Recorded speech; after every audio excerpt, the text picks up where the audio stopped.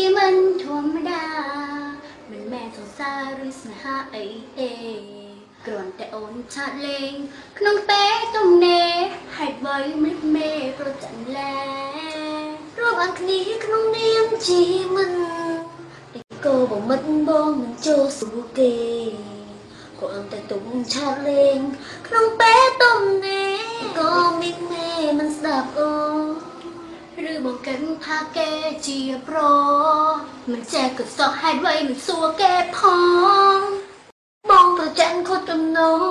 ប្រច័ណ្ឌនឹងអូនខុសរឿងបងប្រកែប្រច័ណ្ឌក៏អូនមិនថា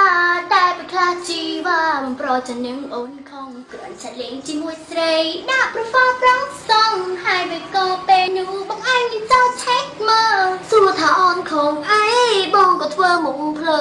ហើយទៅជាមិនលឺបងក៏ដើរចេញទៅអូនក៏ទ្រាំមិនបានហត់តែបងក៏ណាប់លើបងក៏យំងើ